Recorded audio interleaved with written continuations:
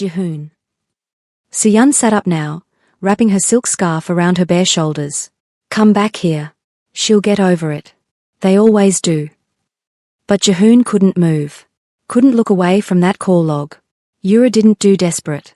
Didn't do messy. The 20-second call never came. His fingers moved on instinct, hitting her contact.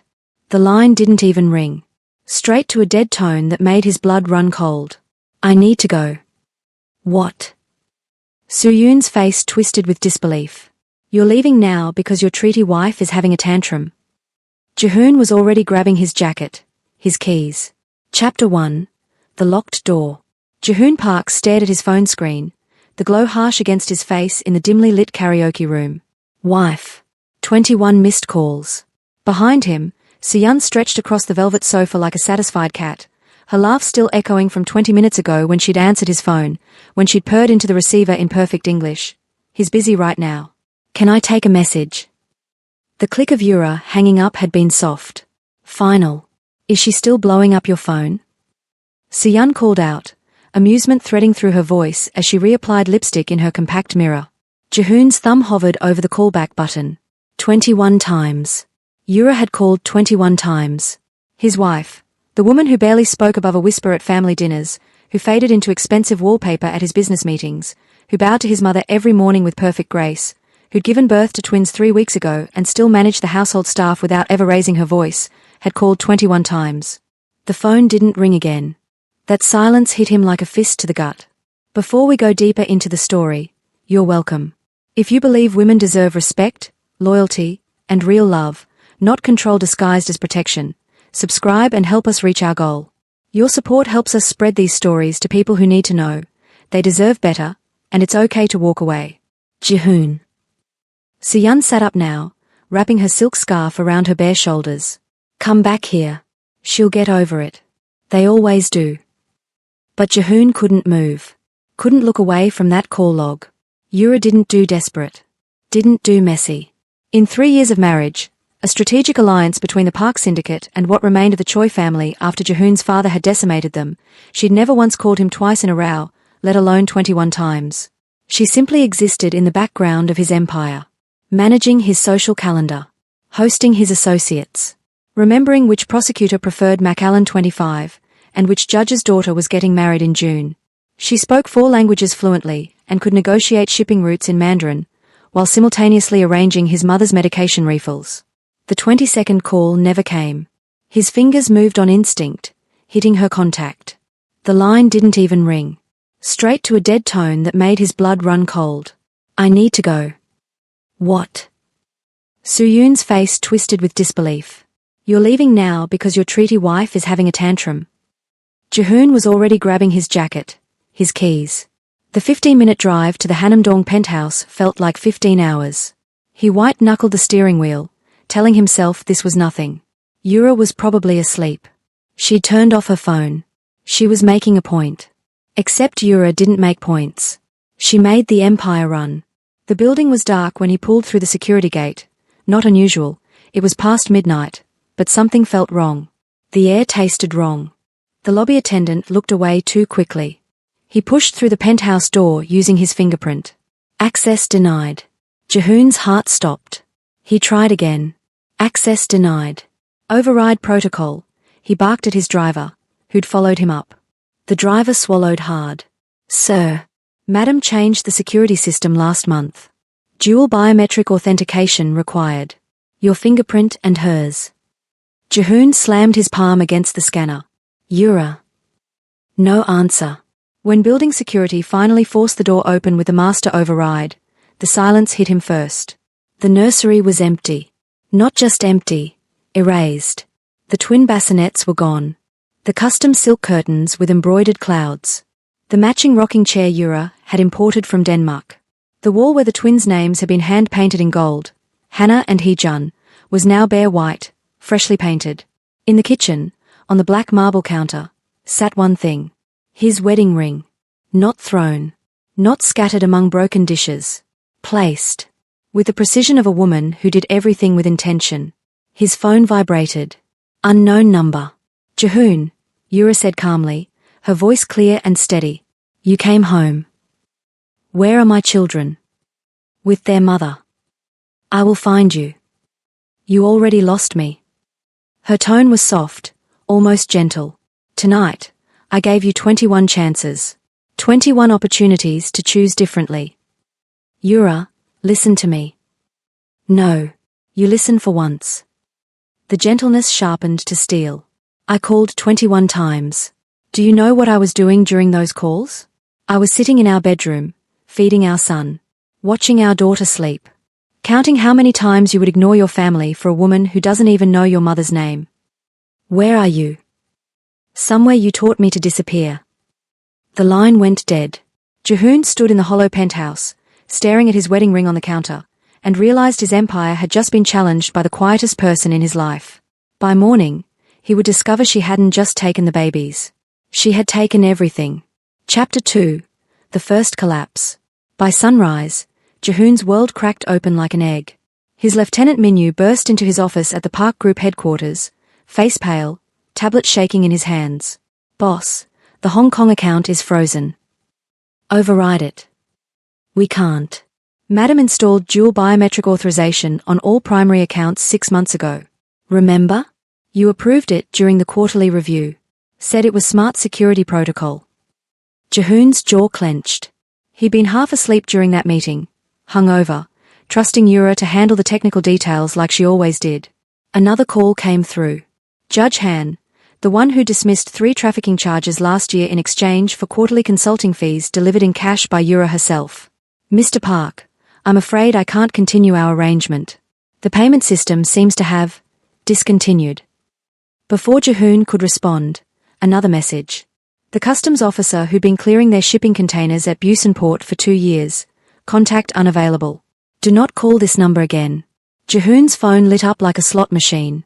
His accountant. The Singapore accounts require verbal passphrase authorization. Mrs. Park set them up. I don't have the codes. His weapons supplier. Mrs. Choi sends her regards and says the credit line is closed. The prosecutor who'd been burying evidence. I never received this month's retainer. Our understanding is void. Jehoon dialed Yura. She answered on the first ring. Good morning, Jehoon. What did you do? I stopped working for you. You're my wife. I was your shield. Her voice was pleasant, conversational, like she was discussing the weather. I was the woman who remembered Judge Han's granddaughter has a peanut allergy, who sent Prosecutor Kim's mother flowers every Parents' Day, who learned Mandarin to negotiate with your suppliers and Russian to communicate with your partners in Vladivostok. I was the infrastructure. And infrastructure, when removed, causes collapse. Yura, this is insane. Is it? You taught me that power isn't loud, Jehoon. Power is knowing which threads hold everything together. A pause. I was every thread, and I just cut them all at once. The line went dead. By noon, rival families were moving into his territory like sharks scenting blood. The Lee Syndicate hit 2 of his card games in Gangnam. Walked in, took the cash, hospitalized 3 of his men. No resistance, because the police protection Yura had maintained for 2 years with meticulous monthly payments had evaporated overnight. By evening, Siyun appeared at his office, mascara running, designer bag clutched to her chest. Jehoon, I didn't know you were married like this. I thought she was just some arrangement. Some quiet girl who didn't matter. Jehoon looked at her, really looked at her, and felt nothing but contempt. Siyun was beautiful, yes. Exciting. But she couldn't name a single prosecutor on his payroll.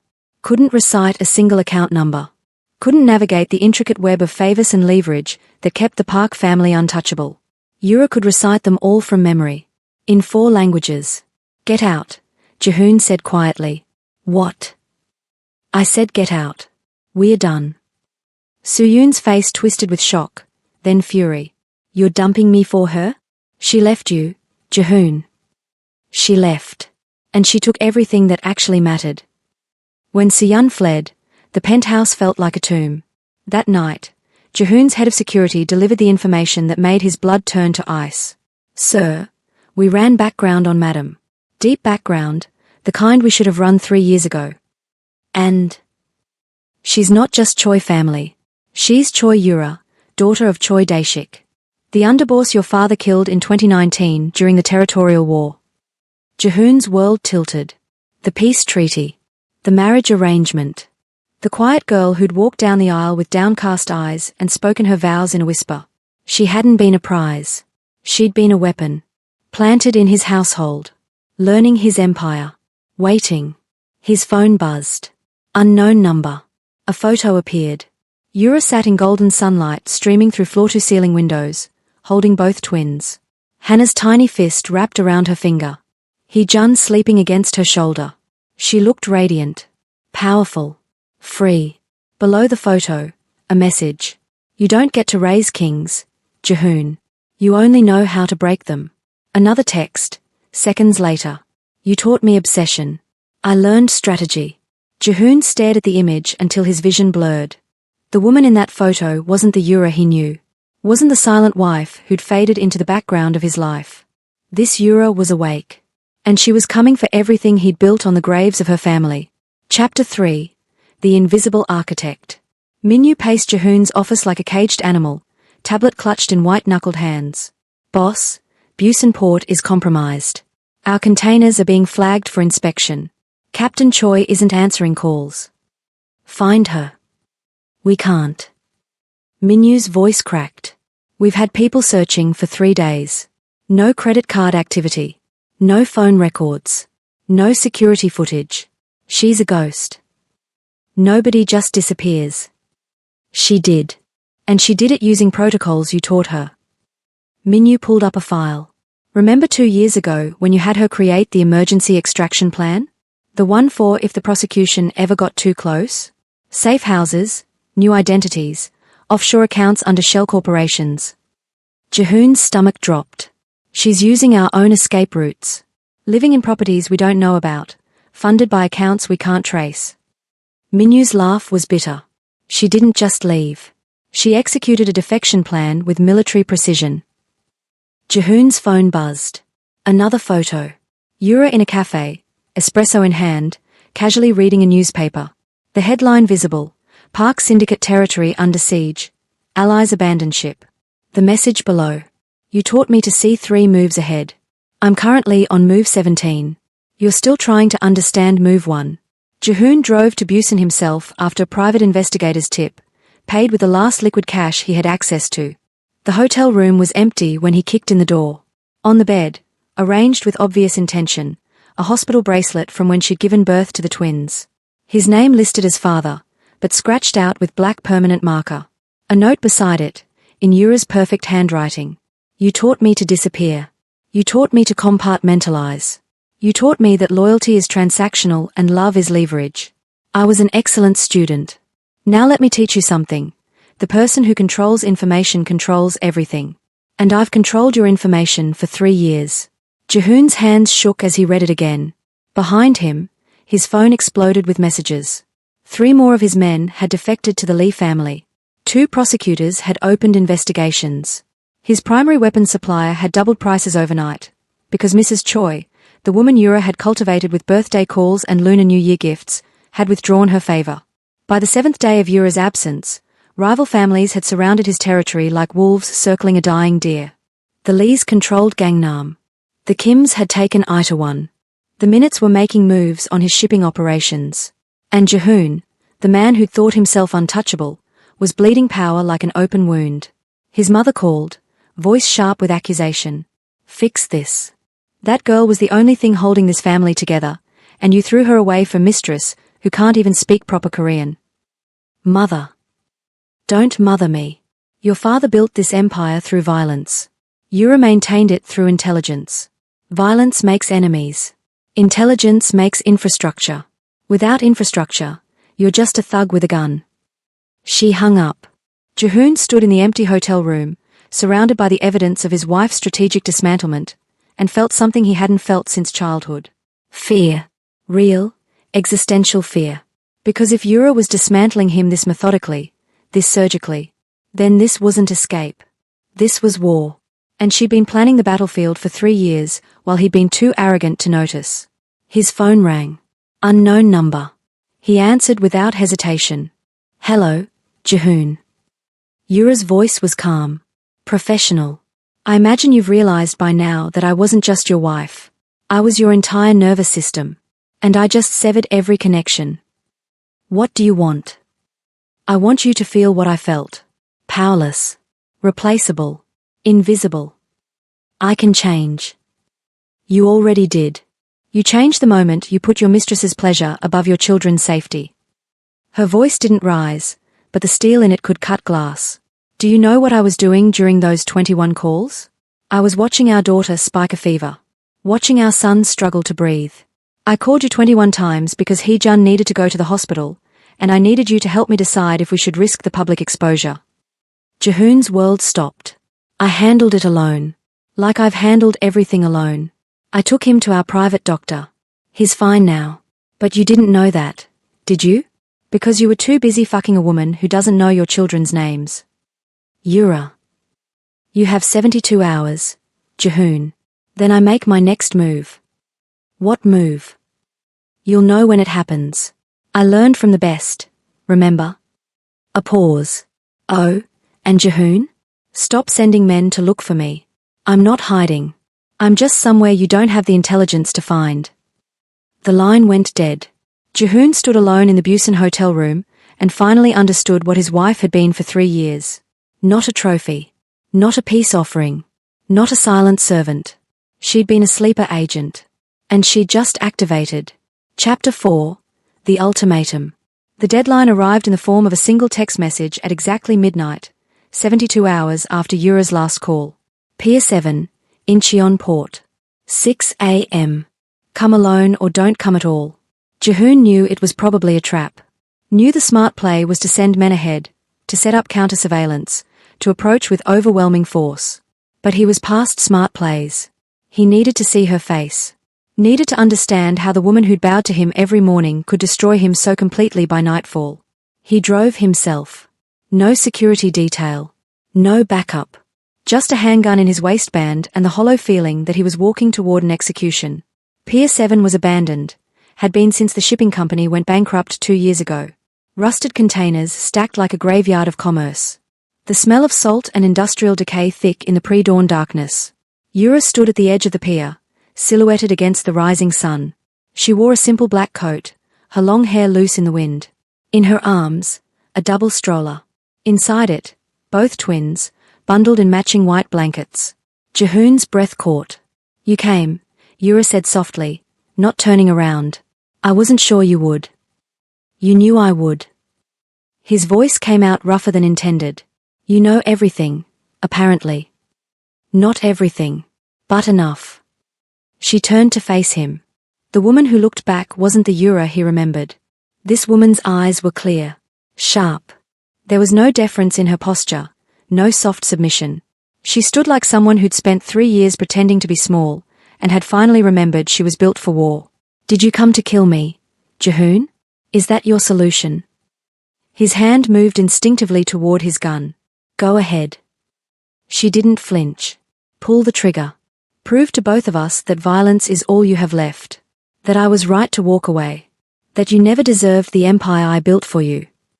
You didn't build anything.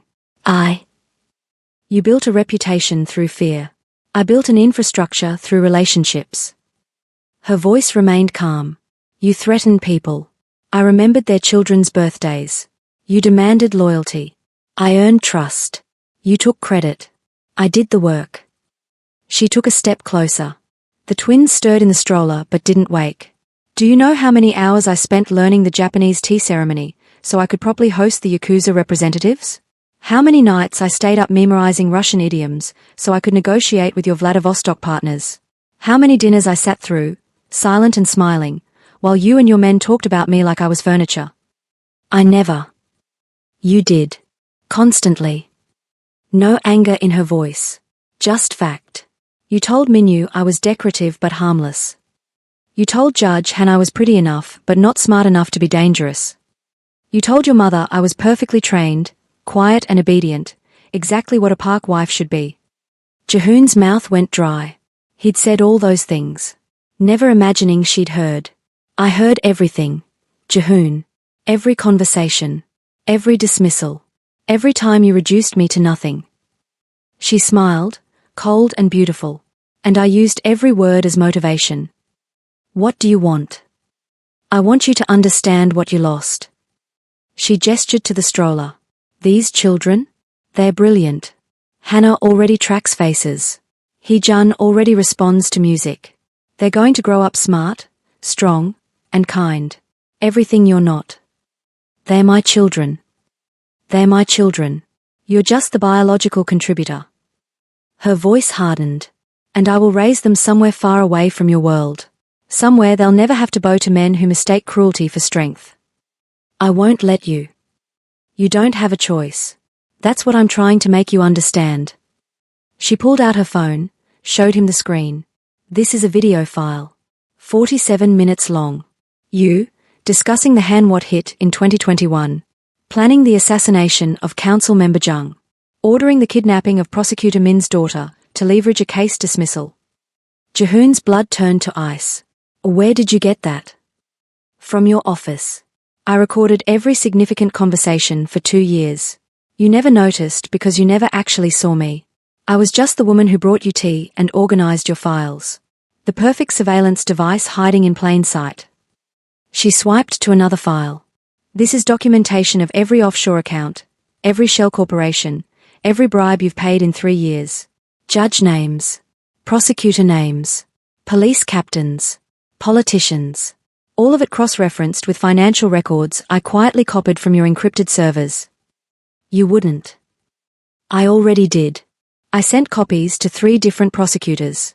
All people you never bothered to corrupt because I told you they were too principled to approach. They weren't. They just weren't your contacts. They were mine. And they've been waiting for this evidence for 2 years. Jahoon felt the ground shift beneath him. Here's your choice, Yura said, her voice businesslike. You can confess to the Hanwha assassination. Turn yourself in.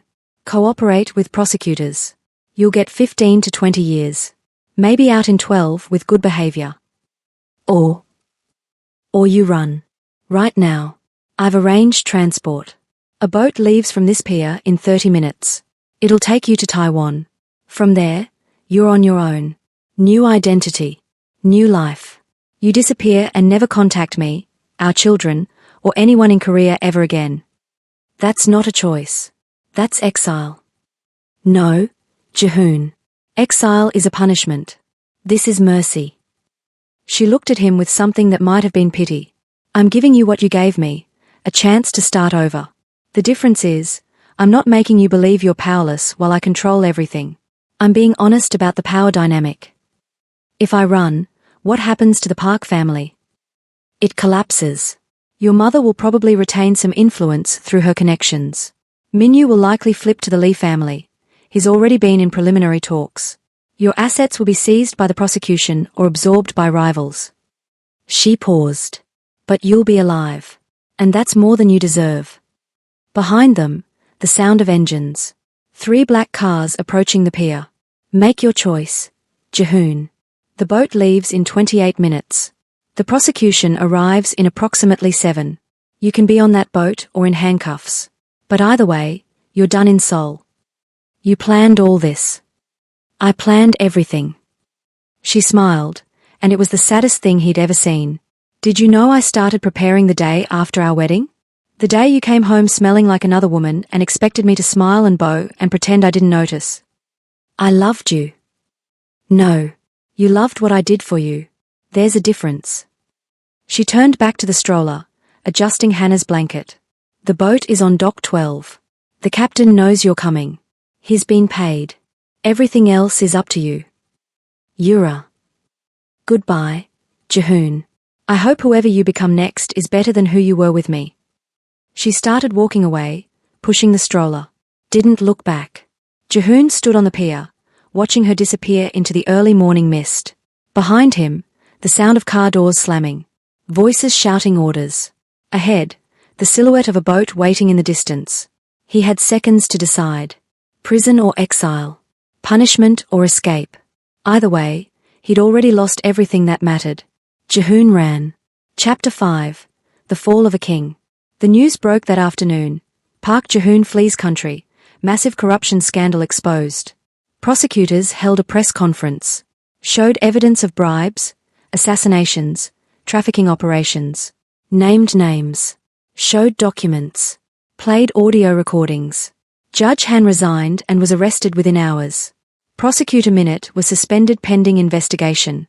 Captain Choi at Busan Port turned himself in, agreeing to cooperate in exchange for leniency. The park syndicate collapsed like a house of cards. Minyu flipped to the Lee family, bringing half the remaining crew with him. Jahoon's mother held a press conference, tearfully denouncing her son and claiming ignorance of his criminal activities. She'd survive. Yura had made sure of that, leaving her just enough clean assets to retire comfortably. The empire Jahoon thought he'd built through strength and fear crumbled in 72 hours. And Yura? Yura vanished. No credit card records. No phone activity. No immigration records.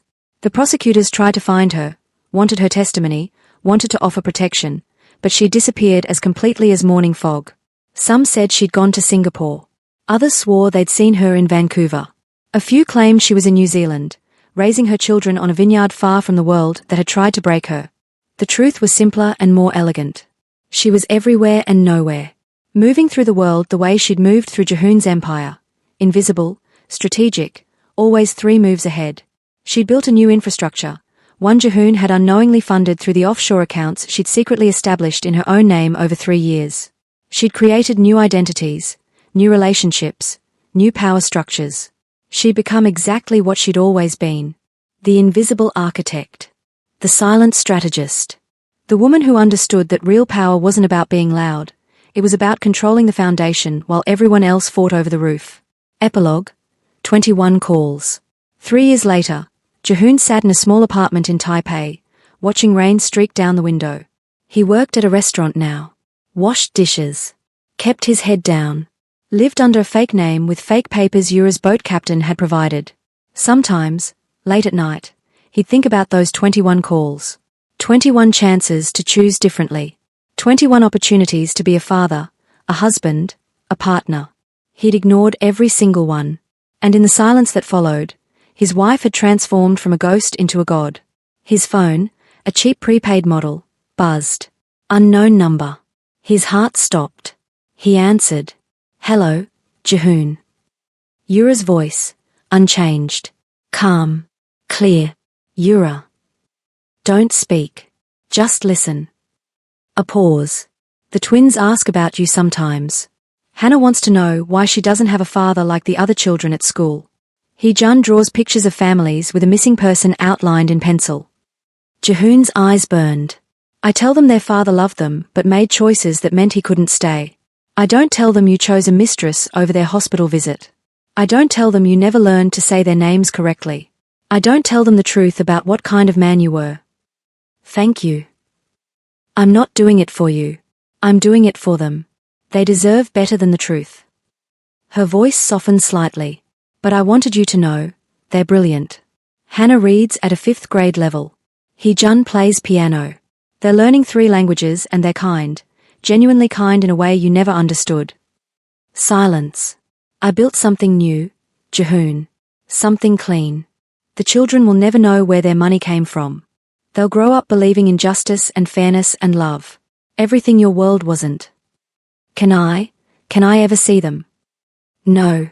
No hesitation. You made your choice when you ignored 21 calls. Now live with it. Yura, I'm sorry. I know you are. But sorry doesn't erase 3 years of invisible labor. Sorry doesn't give me back the nights I spent alone while you were with her. Sorry doesn't change the fact that you saw me as property, not a partner. A child's laugh in the background. High and bright. That's Hannah. We're at the park. She just learned to ride a bike without training wheels. Another pause. You'll never know what that looks like. You'll never know what Hee-jun's first piano recital sounded like. You'll never know who they become. Please. Goodbye, Jahoon. This is the last time we'll speak. I called to give you closure. To let you hear their voices one last time, even if they don't know you're listening. She put the phone near the children. He heard Hannah chattering about flowers. Heard Hee-jun humming a melody. Then Yura's voice. One last time. You taught me that power comes from silence. From knowing when to be invisible and when to strike. From understanding that the person who controls the foundation controls everything. I learned well. Too well for you. The line went dead. Jihoon sat in his tiny apartment, surrounded by the ruins of a life he destroyed with his own arrogance, and finally understood the lesson Yura had spent 3 years teaching him. Power without respect is just noise. And noise, no matter how loud, eventually fades to silence. Yura had mastered both, the silence and the strike. And Jihoon had never seen her coming until it was far, far too late. 21 missed calls. That's all it had taken to topple an empire. She'd tried to warn him. She'd reached out 21 times, giving him every opportunity to choose differently. He'd chosen wrong. And now he'd spend the rest of his life in exile, haunted by the ghost of a woman who'd been there all along, holding everything together with invisible threads he'd been too blind to see. Real power, Jihoon learned, wasn't about violence or fear. It was about knowing which threads mattered, and having the courage to cut them all at once. Yura had known. Yura had acted. And Yura had won. The end. If you believe loyalty and respect should go both ways in every relationship, hit subscribe. Only people like Jihoon won't understand why.